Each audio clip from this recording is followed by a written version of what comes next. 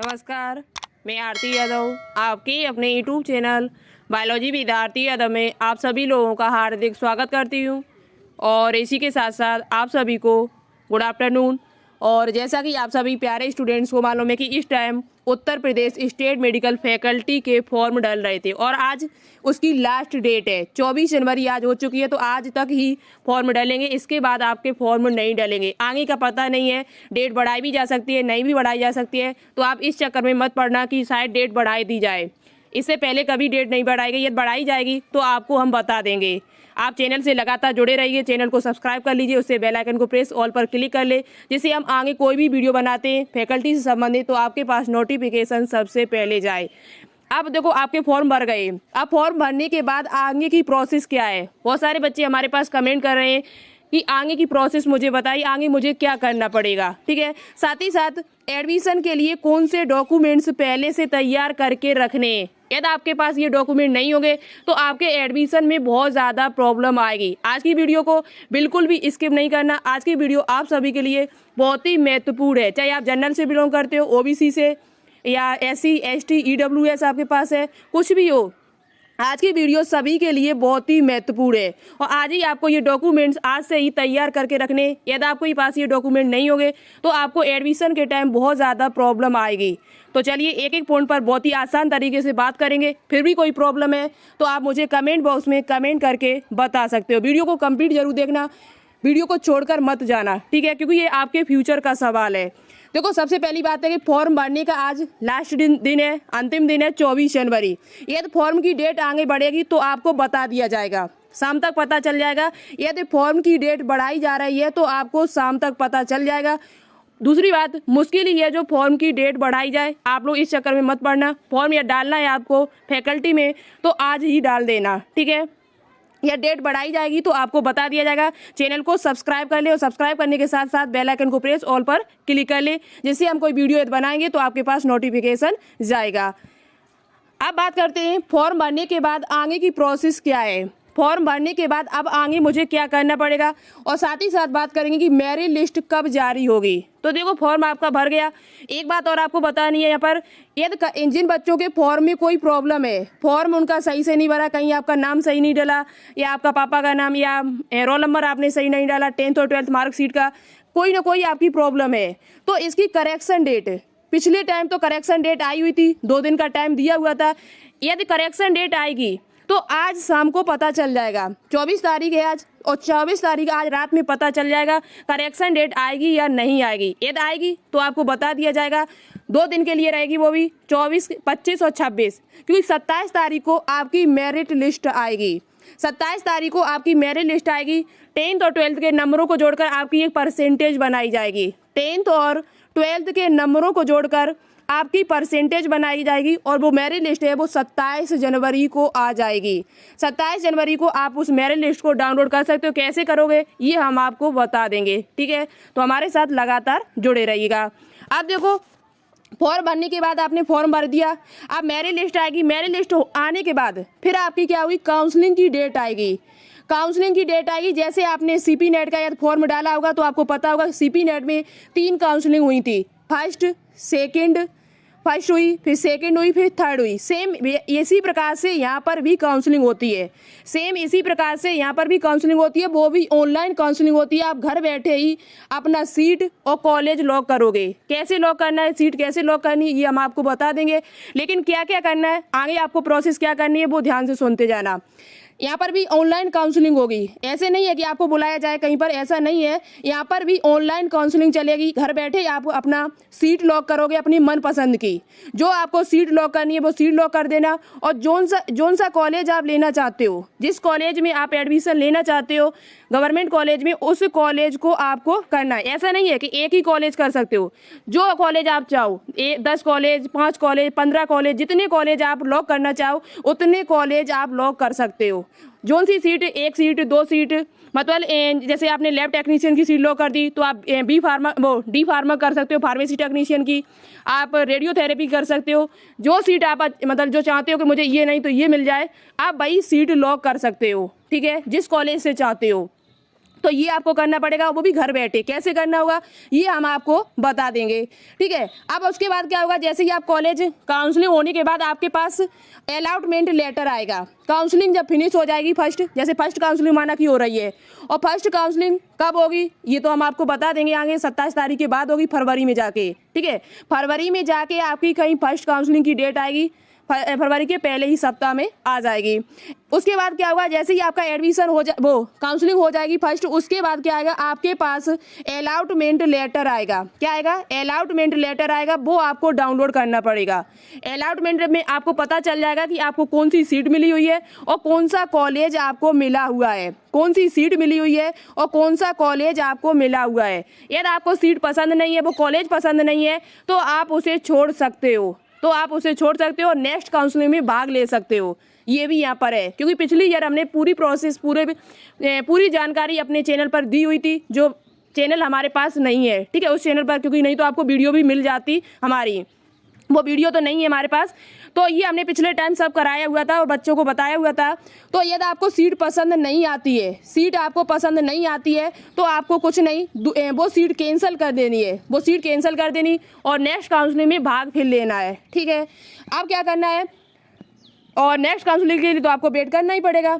और यदि काउंसलिंग आप होगी, उसके बाद क्या होगा, वहाँ पर आप मेरिट लिस्ट आपकी 27 तारीख को आ जाएगी। मेरी बात को ध्यान से सुनते हुए चलना, वीडियो को बिल्कुल भी स्किप नहीं करना है।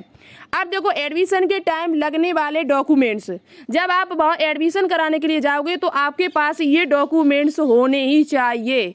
ये डॉक्यूमेंट में एक भी डॉक्यूमेंट आपके पास नहीं हुआ तो आपका एडमिशन में बहुत ज़्यादा प्रॉब्लम आएगी, आपका शायद एडमिशन ही ना हो सके हमारे हिसाब से, ठीक है। क्योंकि मेन काम यहाँ पर डॉक्यूमेंट का ही है। एग्जाम तो होता नहीं है, तो 10th और 12th के डॉक्यूमेंट्स, 10th 12th की मार्कशीट तो सबसे ज़्यादा इम्पोर्टेंट है, वो भी ओरिजिनल, ठीक है।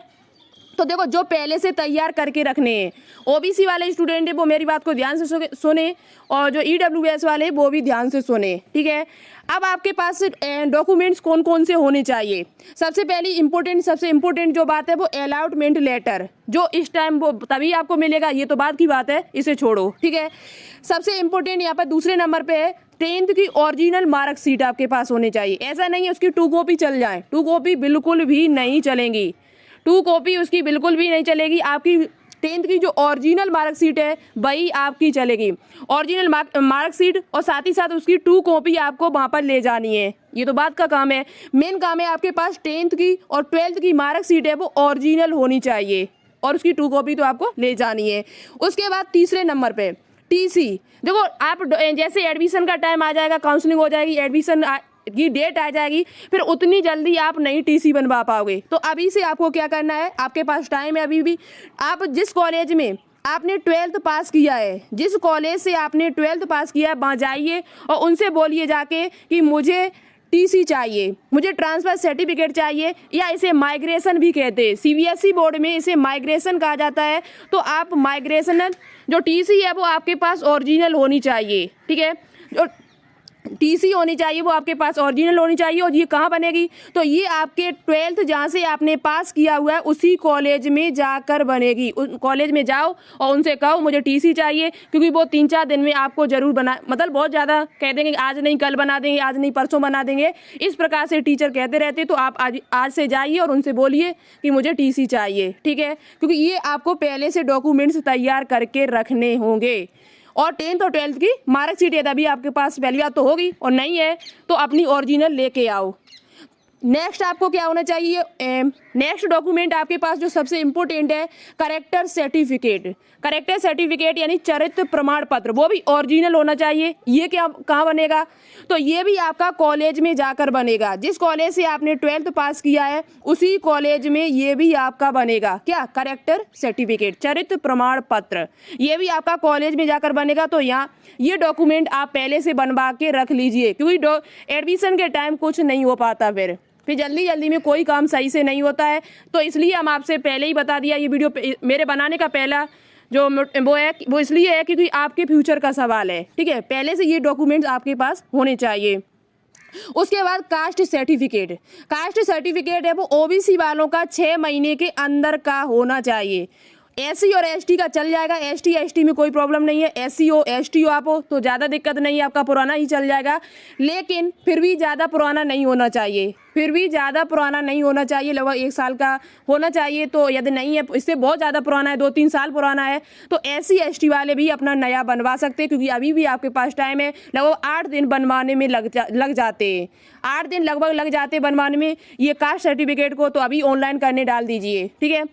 मेन बात है OBC वालों के लिए, OBC वाले बच्चे जो ध्यान से सुने, जो कास्ट सर्टिफिकेट है, जाति प्रमाण पत्र है, वो 6 महीने के अंदर का होना चाहिए, स्पष्ट तरीके से पिछले टाइम लिखा हुआ था। पिछले टाइम हमने जब वीडियो बनाई थी तो वहाँ पर स्पष्ट तरीके से लिखा हुआ था कि कास्ट सर्टिफिकेट 6 महीने से पहले का नहीं होना चाहिए। और जिन बच्चों के पास EWS है, जिन बच्चों के पास EWS सर्टिफिकेट है, उन बच्चों के पास नया ही होना चाहिए, ठीक है। उन बच्चों के पास भी नया ही होना चाहिए, EWS भी होना चाहिए, 1 साल का लगभग चलता है, और कास्ट सर्टिफिकेट भी होना चाहिए। उसके बाद मूल निवास प्रमाण पत्र, मूल निवास प्रमाण पत्र अभी तक आपने नहीं बनवाया, पुराना है बहुत ज़्यादा, तो इसे बनवा लीजिए, ठीक है। नया आधार कार्ड की कॉपी होनी चाहिए, फोटो होनी चाहिए। फोटो यदि आपने एप्लीकेशन में जो फोटो लगाई हुई है, एप्लीकेशन में जो फोटो आपने लगाई वही फोटो यदि आपके पास है तो बहुत अच्छी बात है, ठीक है। एप्लीकेशन में जो फोटो आपने लगाई वह फोटो है, वही है आपके पास, तो बहुत ही अच्छी बात है। कम से कम 10 फोटो आपके पास होनी चाहिए, सिग्नेचर वाली, जो नीचे सिग्नेचर होते हैं, जो एप्लीकेशन फॉर्म में तुमने लगाई हुई थी। यदि नहीं है तो कोई बात नहीं है, फोटो में पीछे जो बैकग्राउंड हो वो वाइट होना चाहिए, ठीक है। फोटो में जो बैकग्राउंड है वो वाइट होना चाहिए। और इनके अलावा जो KGMU वाले बच्चे वहाँ पर मेडिकल सर्टिफिकेट और लगता है, मेडिकल सर्टिफिकेट आपका हाल बन जाएगा, इसकी टेंशन मत लेना। और कोई डॉक्यूमेंट्स यदि होता है आपका जो होगा वो आपको बता दिया जाएगा, आपके अलॉटमेंट लेटर में आएंगे लिखे हुए, कौन कौन से डॉक्यूमेंट्स आपको ले जाने होंगे, वो अलॉटमेंट लेटर पे आपका लिखा हुआ होगा। तो इस बात की टेंशन बिल्कुल भी मत लेना। लेकिन जो हमने बताए हुए, जो डॉक्यूमेंट्स हमने बताए हुए, ये डॉक्यूमेंट्स आपके पास होने चाहिए, जैसे करेक्टर सर्टिफिकेट, कास्ट सर्टिफिकेट पहले से बनवा के रख लो, और मूल निवास प्रमाण पत्र, और आधार कार्ड आपके पास होगा, फोटो, और इसके पीछे हमने कुछ बताया, TC है आपकी, TC है, TC के बाद आपका 10th और 12th की मार्कशीट है, और अलॉटमेंट लेटर तो आपको तभी मिल जाएगा जब आपका आएगा, ठीक है। तो TC और जो चरित्र प्रमाण पत्र है, और जो जाति प्रमाण पत्र है, और मूल निवास प्रमाण पत्र है, ये आपको पहले से बनवा के रख लेने, क्योंकि अभी भी आपके पास टाइम है, ठीक है। और कोई यदि डॉक्यूमेंट्स लगेगा वो हम आपको बता देंगे, हमारे चैनल से लगातार जुड़े रहिएगा, आपको प्रत्येक चीज़ पता चल जाएगी, क्या होगा, कैसे एडमिशन कराया जाएगा, कैसे आपका एडमिशन हो सकता है, सीट लॉक कैसे करनी है, कॉलेज लॉक कैसे करना है, सब कुछ आपको इस चैनल के माध्यम से बताया जाएगा, वो भी फ्री में। तो इस बात की टेंशन मत लीजिए, जब तक हमें तब तक टेंशन लेने का नहीं है, टेंशन देने का होता है, ठीक है। जब तक हमें तब तक टेंशन लेने का नहीं है, आपको प्रत्येक इन्फॉर्मेशन मिलेगी हमारे चैनल के द्वारा। तो आगे की यदि अपडेट पाना चाहते हो, लेटेस्ट अपडेट इससे संबंधित, फैकल्टी संबंधित, तो चैनल को सब्सक्राइब जरूर कर लेना, साथ ही साथ बेल आइकन को प्रेस ऑल पर क्लिक कर लेना। वीडियो अच्छी लगी हो तो लाइक करना, और दोस्तों के साथ शेयर जरूर कर देना, आपसे हाथ जोड़कर विनती है, क्योंकि ये चीज़ सबको पता होनी चाहिए। जो हमने बताया इस वीडियो के माध्यम से वो सबको पता होना चाहिए जिन्होंने फॉर्म डाला हुआ है फैकल्टी में, नहीं तो उनके फ्यूचर का सवाल है और वो छूट सकते हैं। तो कोई प्रॉब्लम आई डॉक्यूमेंट्स में तो प्रॉब्लम होने की वजह से उनका एडमिशन नहीं होगा, और ये अच्छा नहीं लगेगा आपको भी। तो प्लीज़ इस वीडियो को शेयर जरूर कर देना, ठीक है। वीडियो को शेयर जरूर कर देना, लाइक कर देना, और चैनल को सब्सक्राइब किए बिना मत जाना। तो आज की वीडियो अच्छी लगी हो तो कमेंट बॉक्स में कमेंट करके बताना। Okay, thank you, all the best, जय हिंद, जय भारत।